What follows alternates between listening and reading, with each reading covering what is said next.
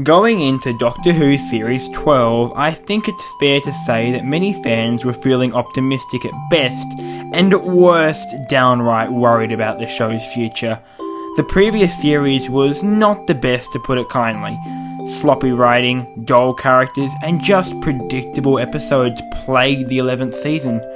Overall, it just didn't take any risks, and was pretty run-of-the-mill, if you'll pardon the expression, despite having the first ever female Doctor.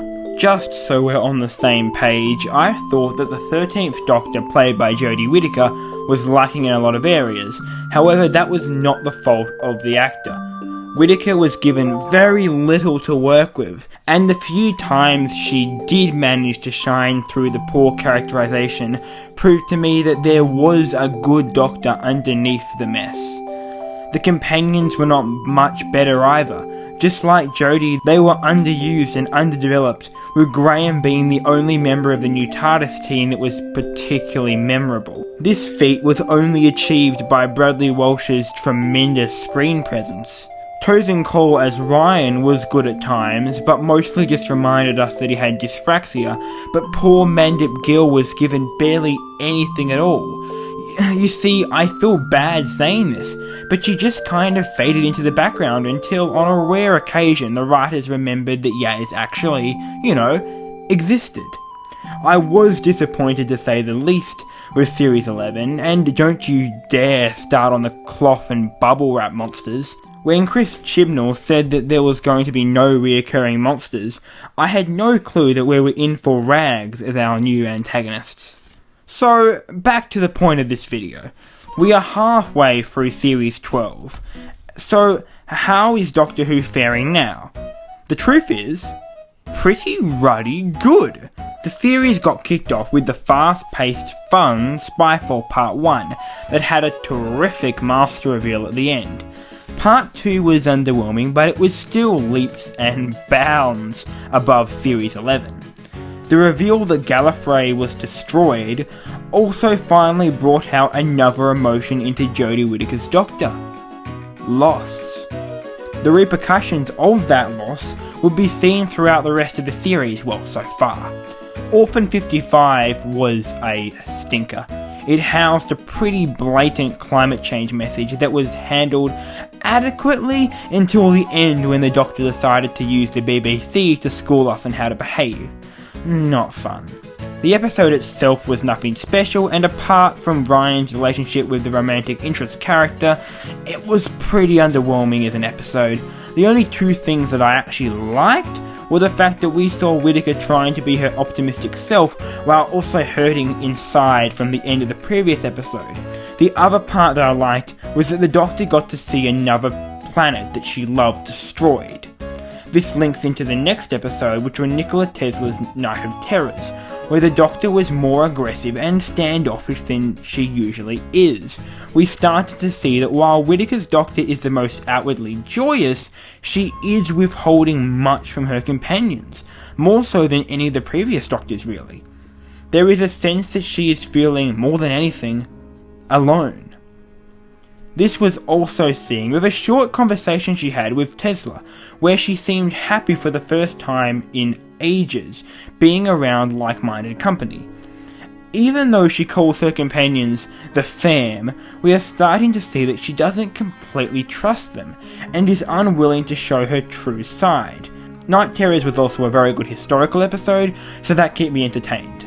And it had a fun villain, and portrayed Tesla and Edison brilliantly, and it also taught me a bit of history, which is always a plus. We finally get to the catalyst, the episode that has given me so much joy that I am starting to put my faith back into Who again.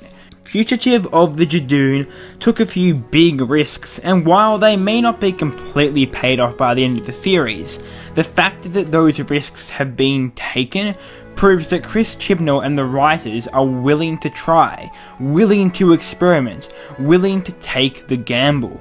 That is what Doctor Who is all about.